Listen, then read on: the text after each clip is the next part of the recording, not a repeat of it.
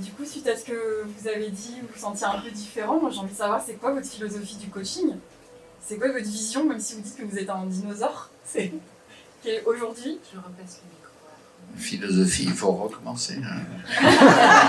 Et qu'on allait s'amuser là. Allez, encore 3 questions, c'est bon. Philosophie du coaching. Je ne sais pas si j'ai une philosophie du coaching. C'est quelque chose que je vis tous les jours, donc je ne me pose pas des questions philosophiques. Mais j'adore ce métier et je trouve qu'il sert à quelque chose. Donc en fait, la philosophie, c'est la contribution et quoi de savoir contribuer dans la création de l'univers, sachant que quand même c'est aussi assez égoïste, c'est-à-dire qu'en contribuant au parcours des autres, je ne fais que construire le mien.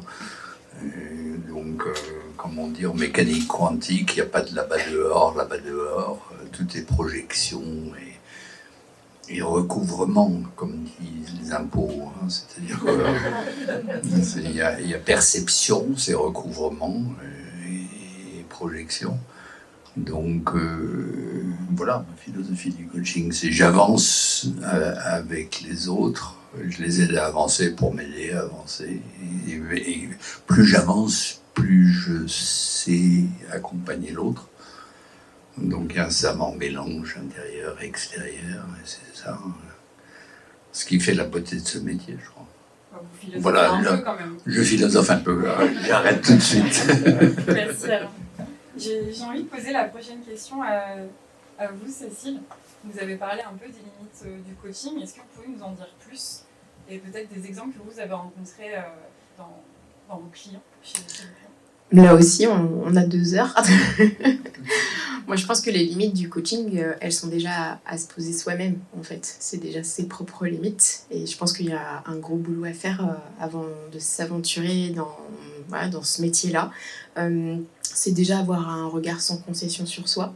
On n'aura jamais assez de notre vie pour faire le tour de nous-mêmes, donc cherchons pas à faire le tour des autres. Et j'associerai à la philosophie qu'esquissait Alain, pour ma part en tout cas, de l'humilité en fait. Donc s'il y a un moment, je peux être utile sur le bout de chemin d'un de mes clients, c'est cette utilité moi qui me nourrit.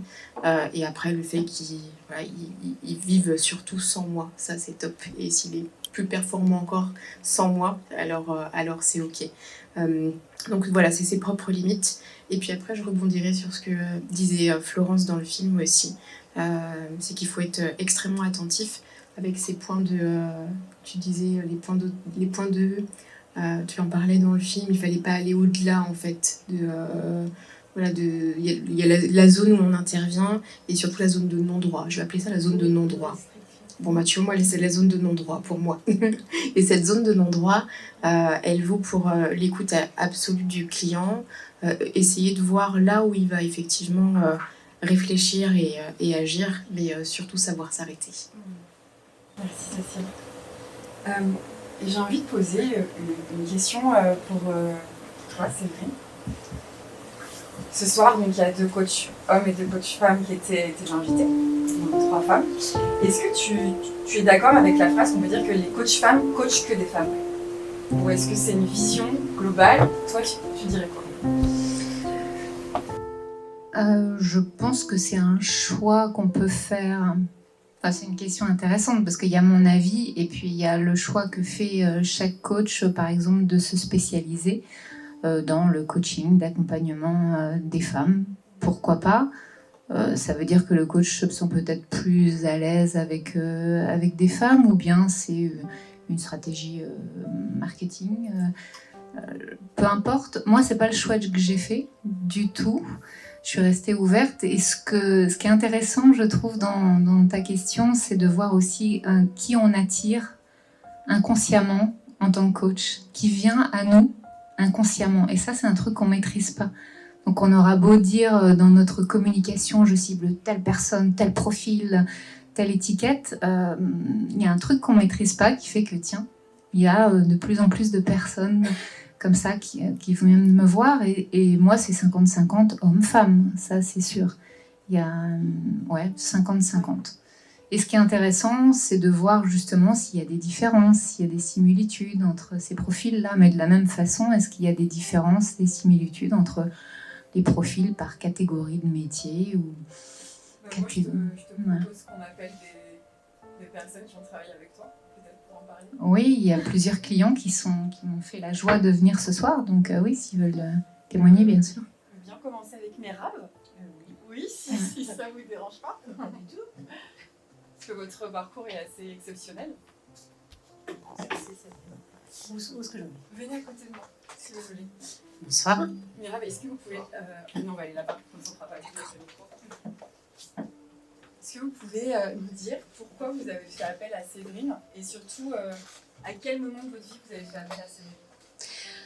Alors moi, c'est très particulier et c'est très atypique. Ça a été vraiment l'instinct. En fait, pour l'histoire, je conduisais ma voiture et j'écoutais, j'espère qu'il n'y a pas de policiers dans la salle parce que j'étais avec des écouteurs, et j'écoutais sur YouTube comme ça des choses qui passaient, j'avais un long voyage.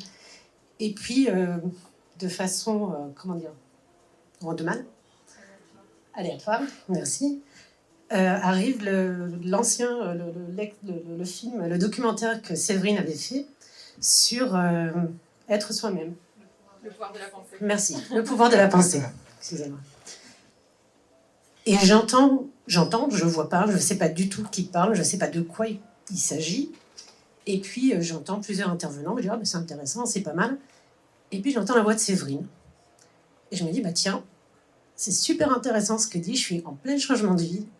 Et c'est la personne que j'aimerais qui m'accompagne.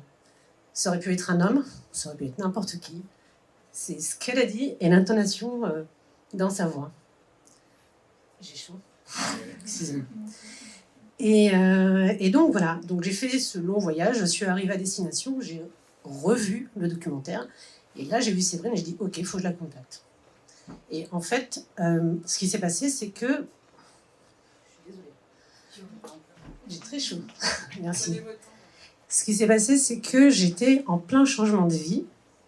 Je venais de quitter 17 ans de vie en Israël et je me réinstallais en France. Je venais de quitter mon emploi et j'avais décidé de changer de vie. Mais je ne savais pas par où commencer. Mais j'étais très positive, je savais ce que je voulais faire, je savais où j'allais. Et puis en fin de compte, quand j'ai entendu Séverine, je me suis dit, elle va pouvoir m'aider. Mais je ne savais même pas qu'elle était coach. Elle va pouvoir m'aider. Et je l'ai contactée et on a commencé à travailler ensemble comme ça. En gros. Dans une voiture. Mais en fait, ce qui était incroyable surtout, c'est que je faisais partie de ces gens qui ne voulaient pas aller voir un coach. Du tout. C'est-à-dire que moi, dans mon état d'esprit, un coach n'allait pas pouvoir m'aider, sachant que j'avais fait un travail sur moi-même, j'avais fait beaucoup d'introspection.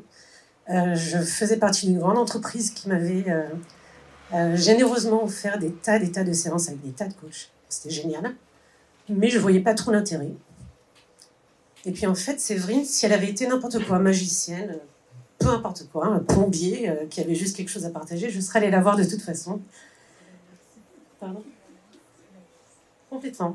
Et je sentais qu'elle pouvait m'aider. Mais j'étais contre l'idée d'aller voir un coach. Et d'ailleurs, depuis que j'ai commencé à travailler avec Séverine, la réflexion qu'on m'a fait souvent, c'est « Toi, tu vas voir un coach, mais pourquoi faire ?» Enfin, mais pourquoi faire aller voir un coach ? Et puis, j'ai même pas de mots pour leur dire « Mais allez voir Séverine, vous comprendrez pourquoi faire aller voir un coach, parce que tout le monde en a besoin. » Parce que quand on veut faire un réel changement de vie, il n'y a rien de mieux qu'avoir un miroir, j'ai envie de dire. Quelqu'un qui nous montre qui on est et qui dit « Voilà qui tu es et ce que tu es capable de faire. » Merci beaucoup. Merci à toi.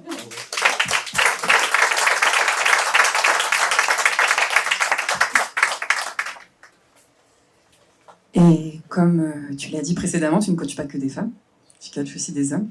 Et donc là, Merab nous a expliqué son parcours de façon un peu plus personnelle, mais tu interviens aussi pour les pros et dans les entreprises. Et moi, j'aimerais beaucoup en entendre Monsieur Dubois, Alexandre. Et moi, j'ai une question pour vous, Alexandre. C'est dans quelle entreprise vous travaillez et dans quel contexte vous avez rencontré Séverine aussi. Et surtout, pas non, les objectifs, mais surtout les résultats que vous avez obtenus. C'est assez fou. Donc, si vous pouvez me partager ça. Merci de me laisser le micro. Je vais bien me positionner pour ne pas faire de l'arsène. Merci Séverine de m'avoir invité ce soir. Et merci pour ce beau reportage qui était bien réalisé. Là, ce que je voulais te dire, donc, je travaille pour une grande entreprise dont le nom a le nom d'une couleur et d'un fruit, et qui est un grand opérateur en fait en France. Donc, je laisse deviner. Et il y avait un grand challenge en fait à relever. Et c'est un peu par hasard que j'ai eu l'opportunité de rencontrer Séverine. On avait un grand challenge au niveau de la... C'est un peu bête de dire ça, mais au niveau de la communication que nous avions avec un partenaire et vis-à-vis de nos clients, on devait parler à ces clients vraiment en synergie. On devait être, en tant que partenaire, au moins au même niveau de communication et à ne pas avoir de différence. Et on s'était aperçu qu'on avait on était un cran en dessous de ce que pouvait faire le partenaire en tant que... en plus, ce partenaire-là a aussi un nom d'un fruit. Donc, il y avait ce partenaire vend des smartphones, donc je vous laisse aussi deviner qui était ce partenaire. Et donc, et c'est pas le moindre, puisque lui, dans son ADN, il a le gène de la communication, et c'est vraiment le cœur du réacteur. Et nous, on est plutôt sur l'excellence technologique, et on n'était pas sur la même zone de confort, et on avait eu cette expérience-là qui nous faisait réfléchir. Et c'était pas la question, c'était pas de changer le speaker, c'est vraiment de nous amener à nous transformer. On parle de transformation, c'était le cas, de nous amener à une transformation au niveau de la façon dont on pouvait communiquer, donc communiquer avec impact, avec une présentation qui a été aussi élaborée avec des techniques de storytelling qui étaient assez efficaces, et surtout un travail de coaching sur les speakers. Donc il y avait ce speaker-là qui était en première ligne, et moi j'étais en backup, c'est-à-dire si ce speaker-là avait un problème, j'allais le remplacer. Et donc j'ai vécu la même expérience que lui, et je peux vous dire que le résultat a été vraiment inattendu. Sa performance, je parle même de performance parce que la personne s'est transformée, a pu aller au-delà de ses craintes, il avait complètement regagné confiance en lui, et c'est ça qui a fait la différence. On a eu des retours très très positifs, et je pense en fait que, et moi ce que j'ai appris moi, de cette expérience-là, ce qui compte, c'est pas ce que vous allez dire. Ce qui compte, c'est l'émotion que vous allez partager et faire ressentir. Ça, c'est très important. Et le coaching, coacher avec le cœur, et ça, c'était important aussi. Merci Séverine pour avoir coaché avec le cœur, et ça, c'était le plus important, et ce que je retiens le plus, en fait, dans cette expérience.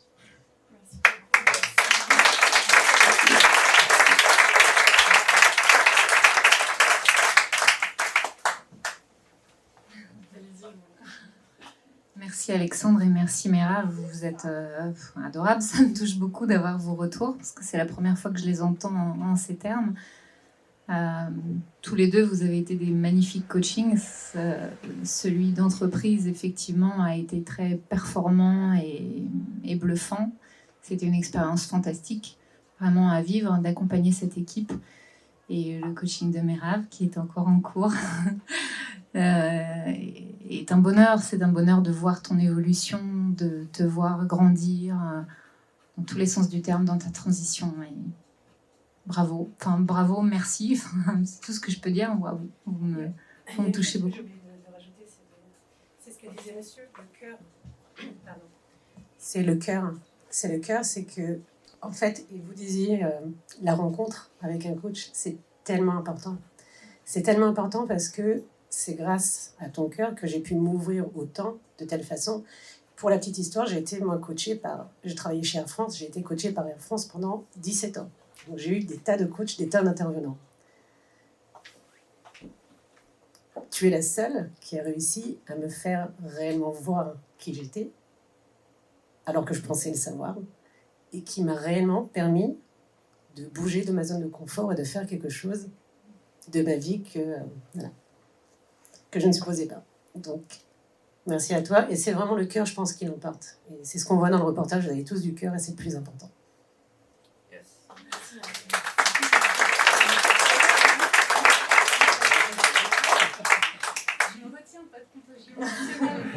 Après, il reste 2 questions.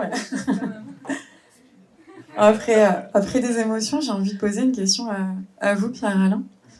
Et on a parlé un peu du coaching par l'art dans le reportage. J'aimerais que vous en disiez un petit peu plus. Quels outils vous utilisez notamment pour coacher par l'art? Les micros ne marchent pas avec moi, vous l'avez remarqué dans le portage. Et c'était quoi la question? Le coaching par l'art, c'est quoi? Ah, c'est quoi? Ah oui, c'est carrément vaste. Je pense qu'il peut y en avoir plein de différents. Celui que je pratique est relié à mon travail artistique, pas que, mais beaucoup. C'est quoi? C'est une rencontre. Alors, on dit souvent qu'un coach, c'est un miroir, hein, ça a été dit. C'est une très belle définition. Et il permet du coup de reprojeter, grâce à ce prisme, sur le coaché, des éléments que le coaché ne voyait pas par lui-même. Eh bien, imaginez que votre coaché soit entre 2 miroirs, le coach d'un côté, le tableau par exemple, ou l'œuvre d'art de l'autre. Quand vous avez 2 miroirs l'un en face de l'autre, je pense que vous connaissez ce qui se passe, c'est l'infini. C'est un peu comme ça que je peux répondre rapidement, parce que je ne sais jamais vraiment ce qui se passe, mais ce qui se passe, c'est un petit peu ce que j'ai évoqué tout à l'heure dans le reportage et que j'ai aimé m'écouter. C'est quand j'ai dit on ouvre une porte, et dedans il y a de l'espace. Et juste petit aparté, finalement j'en dirai un petit peu plus, c'est que moi j'étais présenté comme neuroscientifique, donc c'est vrai, je suis chercheur de formation, j'ai eu la chance de faire de la microscopie électronique. Microscopie électronique, vous êtes sur des échantillons extrêmement petits, on est sur l'échelle du nanomètre, et vous êtes avec un microscope énorme dans une salle immense, à l'époque du moins, et vous regardez un truc tout petit, ce sont des échantillons en substances biologiques de nous-mêmes, puisque ce sont des échantillons biologiques. Et vous regardez ça, vous êtes dans l'infiniment, pas l'infiniment, mais le très très petit, et en fait, vous voyez des espaces, vous voyez des paysages. Ce jour-là, j'ai compris, je n'étais pas coach, j'ai compris que nous possédons ces espaces en nous, nous ne les connaissons pas. Thierry Janssen parle des espaces paisibles et silencieux, c'est tout à fait ça, moi je les ai vus, et je les montre régulièrement parce que je veux que tout le monde sache qu'on les a. L'art permet d'explorer des paysages en soi, au travers d'une projection qui est la projection artistique, et chacun voit ce qu'il veut voir dans l'œuvre d'art, le tableau, n'importe quoi, un tapis. Voilà. Je peux rajouter quelque chose parce que sur le coaching par l'art, vous en verrez davantage. Comme je vous ai dit, j'ai fait des interviews qui étaient longues avec chacun d'entre eux. C'était vraiment passionnant et très riche. Donc on va publier sur la chaîne YouTube des épisodes et vous retrouverez Pierre-Alain qui nous en dira plus sur comment il pratique avec un exemple de visualisation, d'utilisation d'un de ses tableaux dans le cadre de son coaching. Et je trouve ça passionnant, vraiment. Donc merci. Merci de le rappeler, c'est vrai. Et la dernière question, je suppose que Florence, vous avez compris. Ça marche. Normalement, ça marche. Moi, je voudrais que vous me disiez pourquoi on vient vous voir et justement qui vous attirez à vous. Elle est facile. Je vais dire une bêtise. Vendredi, j'étais appelée par... en fait, c'est vrai que dans le reportage qui a été fait, c'était sur mes terres, donc j'étais un peu ensauvagée là, parce que Du coup, ça peut paraître incroyable, mais il y a des boîtes très sérieuses, à des niveaux très sérieux qui m'appellent. Et on me dit, cette personne-là, il faut quelqu'un de vraiment différent. Parce que sinon, il va rien se passer. Voilà. Donc, je crois qu'on me choisit pour ça. Parce qu'il y a... Vous voyez, je suis lente, je mets très longtemps. Il y a de l'espace. Alors là, il y a de l'espace. Hein. Il y a de l'espace, il y a de la résonance, mais je rebondis très vite. Mon esprit est rapide, hein, parce que il y a toute cette écoute qui est nécessaire quand on est coach. Mais je suis sûre que c'est pareil avec Séverine. On existe. Hein. Moi, je trouve c'est sympa de se prendre pour un miroir, mais pas que. Parce qu'en fait, c'est plus comme un violon, parce qu'on a une âme. Et c'est cette âme qui vibre, qui fait que on va choisir ce violon, ce Stradivarius-là, ou cet autre-là. Et je crois... moi, j'aime bien cette histoire que tu nous racontes. C'est l'alliance, il y a quelque chose de... C'est presque parfois des coups de foudre, hein, aussi, je sais pas. Bon, en attendant de trouver un mari. Non, je rigole.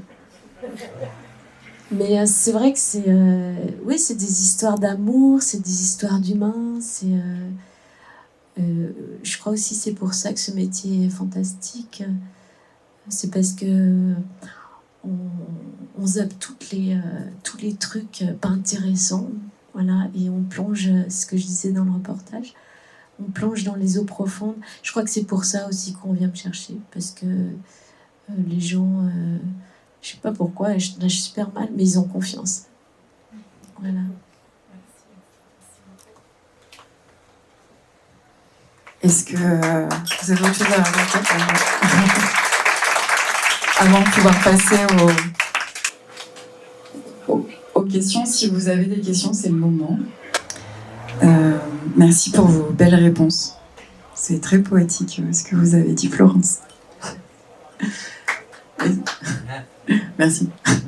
Est-ce que vous avez des questions? Est-ce que vous avez des réactions par rapport au film? Tout à fait.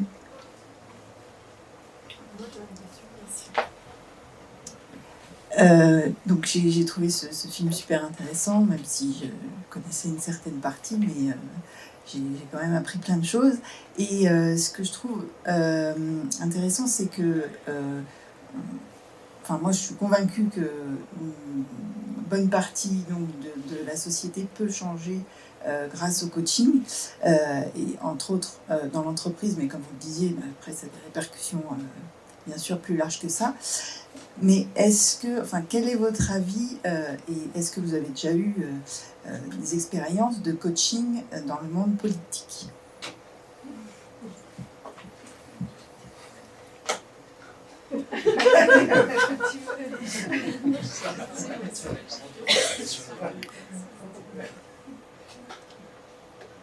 Il y en a qui veulent répondre. Personne n'a d'expérience avec des personnes politiques. Bon, voilà. C'est pas... Sinon, ça serait mieux. Alors, est-ce que c'est pas dommage? C'est les gens qui ont le plus besoin qui ne font pas appel au coaching.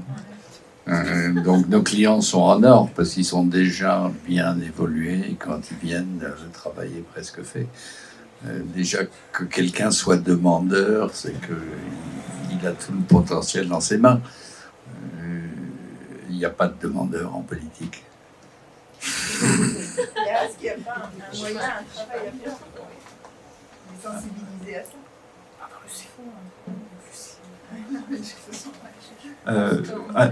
Alain, excuse-moi. Non, Alain disait dans le film que en fait, quand on touche le système, tout le système réagit. Si on avait touché les politiques, on saurait déjà, je pense.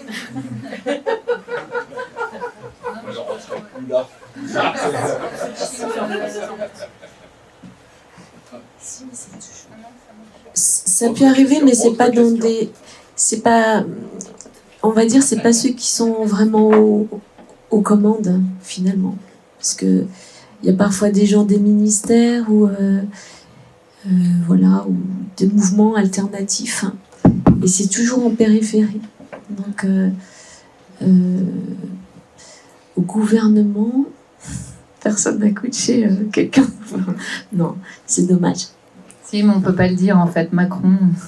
Alors, question suivante. Délicat hein, au niveau de la confidentialité de parler de ce terrain-là, je trouve. Même si on avait des gens dans le milieu, est-ce qu'on en parlerait? Enfin, imaginons qu'on en a qu'un, voilà, ça va se savoir. C'était le cas, mais je ne donnerai pas le nom, c'est clair. Il n'y a pas. C'est pas notre expertise. Bon, mais je pense qu'il y a un terrain. Ouais.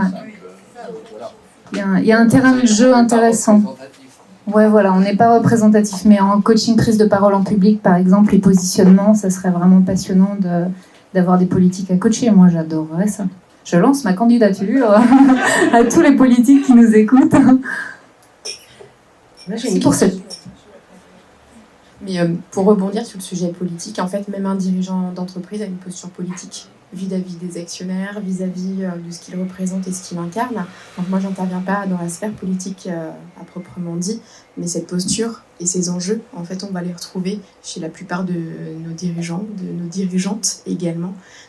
Et moi, je trouve que c'est hyper intéressant parce que ça élargit encore plus le système. Donc pour intervenir sur la fonction publique, des collectivités territoriales, mais aussi dans le privé, cet enjeu politique, il est présent. À nous d'avoir cette approche globale en fait, de l'individu au sein du système. Et c'est ça qui est super, c'est d'aller étager le niveau de questionnement par rapport à la posture de cette personne et par rapport à tout ce qu'elle représente, ce qu'elle renvoie et ce que les autres lui renvoient d'elle-même aussi. Donc, alors, pour moi, le champ politique ne s'inscrit pas que dans la politique à proprement dit, c'est bien plus vaste que ça. Et on y est quelque part un peu tous. C'est marrant, ce que tu dis, en fait, me rappelle un exemple de coaching qui me revient. Un exemple de coaching qui me revient où il y avait une dimension politique effectivement importante, et quand on a des dirigeants, effectivement, la dimension politique, elle devient importante à partir du moment où j'ai eu le cas, par exemple, je parlais d'un coaching d'urgence dans le reportage, où c'était une situation où il y avait une dirigeante qui se retrouvait dans une situation engageant des politiques, c'est-à-dire au plus haut niveau, c'est-à-dire au niveau ministériel, et où elle devait construire une communication aux côtés du ministère et pour la presse. Et donc là, c'était pas directement le politique qui était mon client, mais au travers de mon client, j'avais la dimension politique à intégrer. Et ça, c'était très intéressant. Effectivement, on marche sur des œufs, donc il faut être très subtil pour accompagner la personne. Et ouais, c'est un beau terrain de jeu, là encore, hein, Alain. Ouais. C'est clair que la plupart des dirigeants doivent passer plus de temps à manager les politiques qu'à manager leur entreprise. Autrement dit, s'il est vraiment là où il faut, c'est manager l'environnement. Alors pour des grosses sociétés, c'est entièrement politique, dans la politique financière, etc., etc.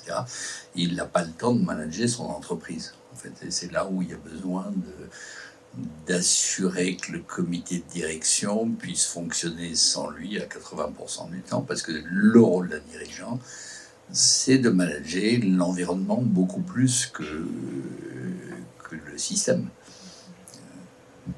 Et là, il y a de l'accompagnement à faire, parce que c'est très stratégique et les enjeux sont très lourds.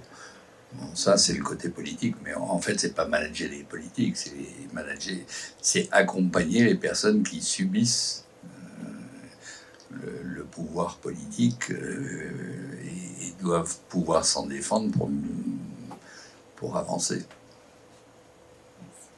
Merci pour ces réponses exhaustives. On va laisser une dernière question pour là-bas et après pour vous. Ça va? Hop là. Vous nous avez raconté des très belles histoires de coaching, donc merci à vous 5 et même à vous 8. On a parlé d'humilité. Est-ce que l'un ou l'une d'entre vous aurait une histoire de coaching qui n'a pas marché et les apprentissages personnels que vous avez pu en faire? Qui c'est qui a eu des échecs? C'était pas vraiment un échec. Je considère que tout échec est un apprentissage. Mais En fait, lors de mes premiers coachings, je laissais pas le temps au coaché d'être autonome. Et pour moi, c'était réglé. Merci, au revoir. Et là, aujourd'hui, je considère que c'est un coaching qui n'est pas abouti, bien sûr. Je n'ai jamais revu cette personne. Je l'ai laissé partir un peu en live, quoi. Mon superviseur m'a rattrapé par les bretelles direct, évidemment. Donc oui, il peut peut-être même encore demain y avoir des coachings que je qualifierais de non aboutis ou qui se terminent un peu rapidement. Mais on apprend. C'est surtout ça que je retiens. Oui, mais je ne vais pas le dire.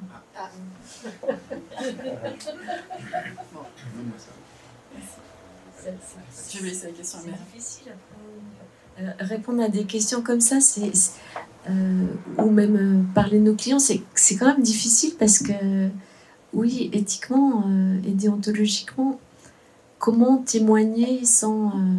voilà, donc... ouais. Mais des erreurs, enfin des coachings... en fait, qu'est-ce que tu entends par coaching qui a échoué? Non, c'était fait d'une façon un peu provocante de dire super le coaching, je suis convaincu, je suis un converti, mais ça marche, mais c'est pas magique. Et donc comment on le gère en tant que coach quand peut-être ça marche pas autant qu'on voudrait on va voir son superviseur. C'est plutôt ça la question, quoi. Ouais, mais en fait, on veut rien de précis, en fait. C'est ça le truc. On ne s'attend pas à. Il y a un objectif officiel, mais il y a tous les trucs qui sont derrière et qui sont parfois beaucoup plus grands et spacieux, si je reprends ma métaphore. Donc, si on veut l'amener vers un point, c'est foutu. C'est notre ego qui parle, c'est notre vision du monde. Or, la carte du monde, elle appartient à celui ou celle qui est là. Donc, il n'y a pas à savoir ni anticiper. Je crois même que je l'ai dit. C'est juste être là, dans l'instant présent. Très bon bouquin d'Eckhart Tolle, c'est la Bible que je recommande à tout le monde. L'instant présent. Être en présence avec l'autre, et c'est lui qui fait les pas. Donc je vois pas d'échec. S'il a envie de tomber, il tombe. Quelque part. On peut le voir comme ça aussi. Peut-être ajouter en complément qu'il ne faut pas oublier que le coaching est un processus court. Donc on accompagne sur une période de vie, mais à la fin, la vie continue. Donc il ne faut pas oublier de rappeler l'objectif de départ qui était celui du coaché. Par exemple, des coachings sur la connaissance de soi, où on arrive avec comme objectif « j'aimerais mieux me connaître ». On a toute une vie pour mieux se connaître. Donc on décrypte, on aide effectivement la personne à vraiment avancer. Et à la fin du processus de coaching, on fait un bilan en rappelant bien quel était son objectif. Pourquoi ? Parce que le coaché peut avoir la sensation que le chemin n'est pas fini. C'est à lui de faire sa route tout seul. Notre but, c'est de le rendre autonome pour continuer sa route. Voilà, donc c'est peut-être juste la nuance que j'apporterai. Voilà, qu'on peut nous-mêmes avoir l'impression que son chemin n'est pas fini, lui aussi. Et quand on lui rappelle quel était l'objectif de départ, là, la personne elle va se dire « Ok, par rapport à cet objectif-là, c'est vrai, objectif accompli. Je suis venue pour ça. Après, à moi de continuer le chemin. »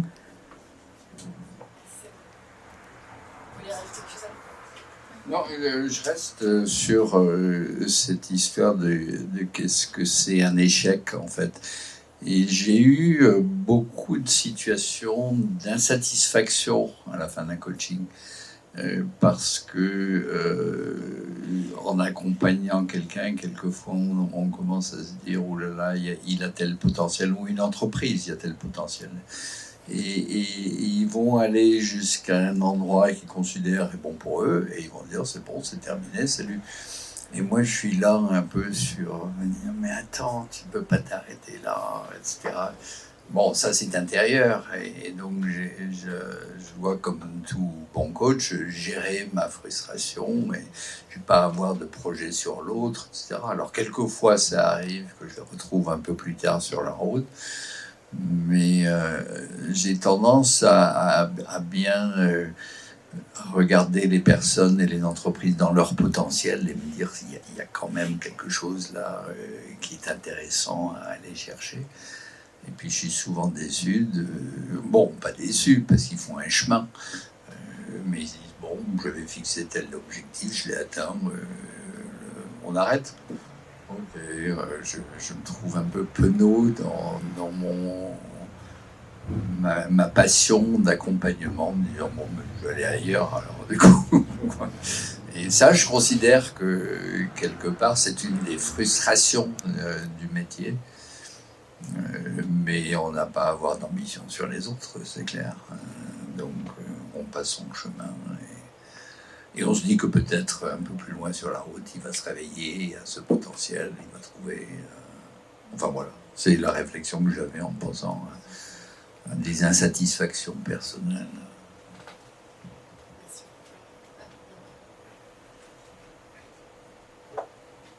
J'ai la réponse.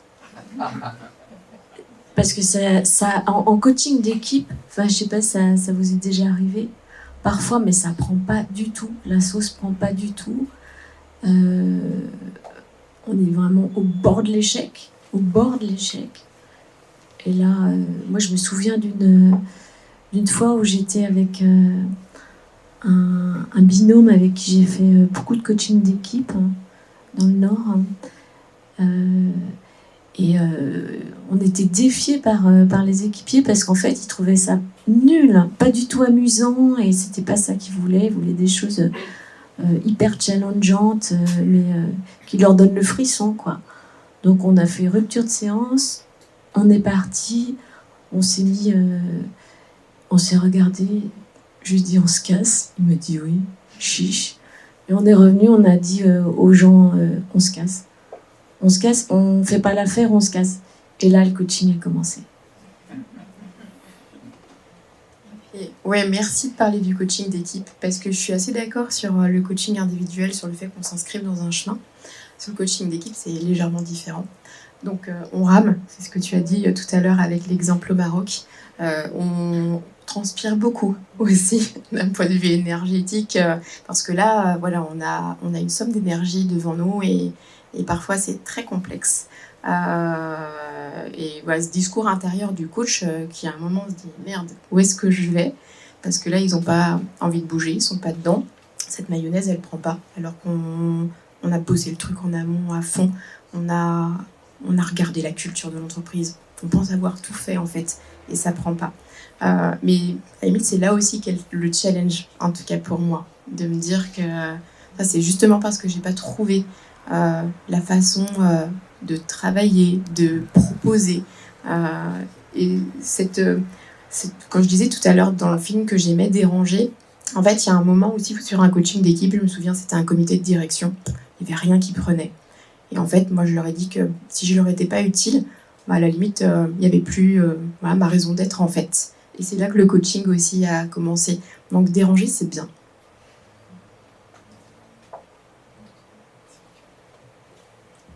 Merci Cécile.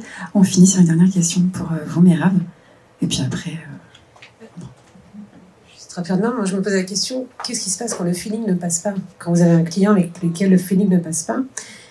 Quand j'ai contacté Séverine, j'ai eu l'impression, enfin moi je me suis mis la pression de me dire je vais passer presque un entretien et j'espère qu'elle va m'apprécier, qu'elle va avoir envie de travailler avec moi parce que c'est elle qu'il me faut, et si elle me dit bah non, je serai un petit peu déçue quand même. Et je sais pas en fait si ça se passe réellement comme ça. Est-ce que vous pouvez vous aussi sélectionner, ou est-ce que parfois le feeling ne passe absolument pas avec une personne que vous avez choisie? Qu'est-ce qu'on fait? Enfin, moi, c'est clair que je sélectionne mes clients autant qu'ils me sélectionnent. Et quelque part, d'ailleurs, je trouve que c'est important dans la stratégie, c'est que souvent, les clients vont chercher un coach un peu comme s'ils étaient recruteurs, donc en position haute. Et c'est intéressant face à un recruteur de dire que, bon, quelle est la raison pour laquelle vos salariés quittent votre entreprise? Il faut poser des questions aux recruteurs. Avant que j'accepte de rentrer dans votre entreprise, est-ce que je peux interviewer des gens qui seront partis pour savoir pourquoi ils vous quittent? Parce qu'ils demandent des références, mais moi aussi. Donc c'est intéressant d'être en relation paritaire et pour moi très très vite je sais si je vais travailler avec un client ou pas. Je le teste très vite et puis on sait tous les deux qu'on va pas bosser ensemble ou on sait tous les deux qu'on va bosser ensemble. C'est très rapide. C'est tout l'intérêt de l'entretien préalable qui est mené au début, qui est un entretien gratuit d'une heure. Et c'est justement pour vérifier ce feeling entre le client et le coach. Et c'est vraiment dans les deux sens. Et comme dit Alain, on le sent, en fait, c'est même pas une évidence. C'est une évidence, je veux dire, on n'a même pas besoin de le dire. Ouais, généralement. Je me souviens d'un coaching individuel de particulier où la personne venait en fait pour me demander en fait de le diagnostiquer HPI. Il dit ouais, je crois que je le suis et donc j'ai vu que vous faisiez de l'accompagnement de HPI, donc je viens pour ça. Mon objectif c'est ça, c'est savoir si je le suis ou pas. Donc j'ai dit allez voir un psychologue qui peut faire des tests, passez le test, vous aurez votre chiffre et puis vous aurez votre résultat, vous n'avez pas besoin de moi. C'est un exemple. Voilà.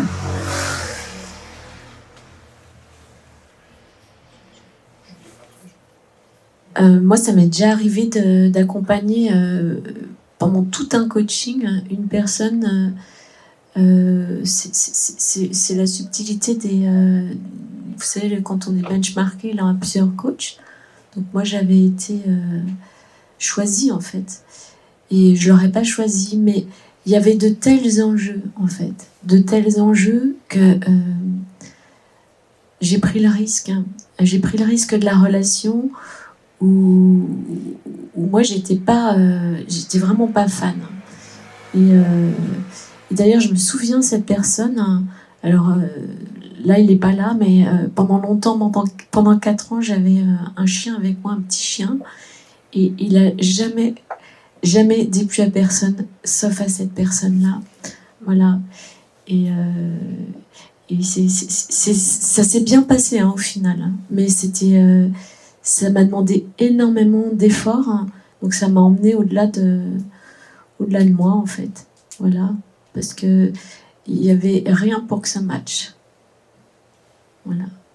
Donc rien, ça veut dire en termes émotionnels, en termes énergétiques, des croyances qui étaient violentes pour moi aussi, une manière aussi parce qu'il y avait beaucoup de responsabilités sur d'autres personnes, donc sa manière de se comporter avec les autres, et c'était pas ça demande de changer à cet endroit, donc mais on a fait une bonne approche systémique, mais c'était dur. J'adore que ce soit vous qui posiez la question, parce qu'avec la fulgurance que vous avez eue dans la voiture, c'est pour ça que j'ai envie de vous répondre. Pour moi, il y a 2 verbes. Le premier, c'est être. Ça nous ramène à la présence, au lien. Et le deuxième verbe, c'est aimer. Aimer, c'est le lien universel. Le coach ne peut pas se situer en dehors de ces 2 verbes-là, qui sont des verbes qui peut-être définissent toute notre humanité. Dès lors qu'il y a un petit biais, je le sens pas, le chien aboie, évidemment, on n'est plus dans l'amour, parce que l'autre, parce que soi, voilà, être, aimer, vous avez ça, vous pouvez coacher. Le challenge, c'est de faire le chemin vers. Parce que, voilà, aimer, quand il y a tout, c'est facile, mais aller vers l'autre quand il est compliqué, pour moi, ça a été un chemin d'évolution aussi. Voilà. Donc ça m'a fait bouger un peu quand même. Je suis d'accord avec toi, mais parfois, en plus, vous savez... Les gens qui bossent avec ces gens-là, ils ne choisissent pas leur manager, vous voyez. Donc c'est intéressant aussi de faire ce travail dans cette direction-là. Pas tous les jours. Je rajouterais juste une chose, au-delà du feeling, c'est vrai que le feeling est important. Pour moi, la deuxième chose importante, c'est la motivation au départ. Effectivement, quand des coachings sont assignés et que la personne n'est pas motivée, le risque d'échec est plus important. Et en même temps, c'est un challenge pour nous, parce que peut-être que la personne va se transformer et finalement arriver au bout du coaching et dire « Ah ben ouais, c'était pas mal en fait de bénéficier de ce coaching-là, même si je le voulais pas au départ ». Et même si nous, on n'a pas un bon feeling avec la personne, on peut se dire aussi, c'est notre job, en fait. On peut passer aussi le feeling et dire, si cette personne a un poste à responsabilité, par exemple, et que tu vois qu'elle n'est pas alignée, qu'il y a un boulot à faire, c'est aussi notre challenge de dire, si cette personne ne reste pas alignée, elle a un poste à responsabilité, ça va redescendre sur tous les autres. Donc... voilà, entre feeling et motivation et responsabilité, je dirais qu'il y a une harmonie à trouver, un équilibre pour faire son choix.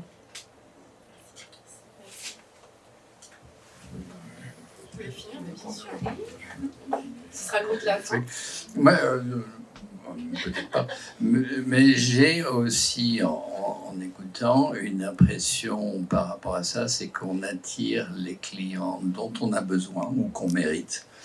Et que les clients vont chercher les coachs dont ils ont besoin ou qui méritent. Il y a un choix réciproque presque qui nous dépasse.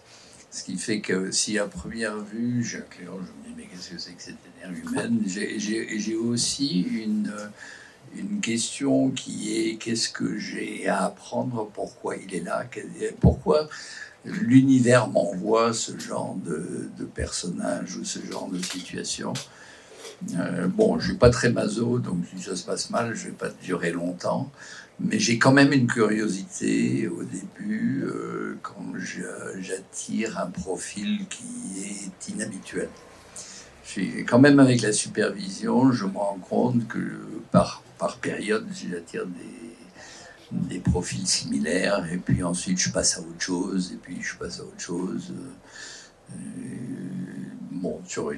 Sur une longue durée.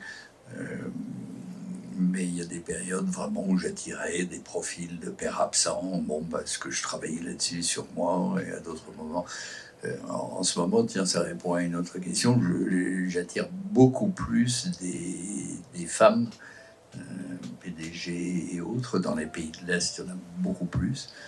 Et c'est toute une période différente de ma vie, ça correspond à ça.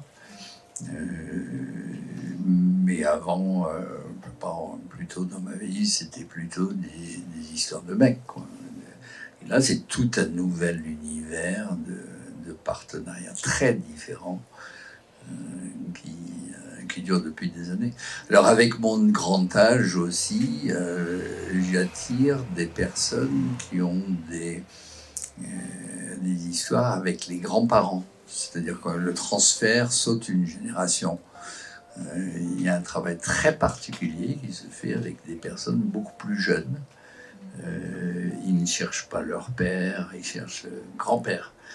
Et ça se fait totalement autrement. C'est intéressant pour vous plus jeunes, de vous dire qu'il y a une autre couche qui se passe après, quand il y a une plus grande distance générationnelle, où on découvre des tas d'autres choses qu'on ne soupçonnait pas dans un transfert direct. En fait, c'est assez sympa.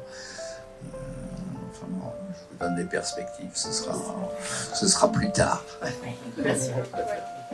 Merci. Merci pour toutes vos belles réponses. Et on est dans un endroit particulier, donc le Kimia Café, et c'est la chef qui a fait ce qui vous attend après. Donc régalez-vous bien, buvez, et puis on échange avec plaisir.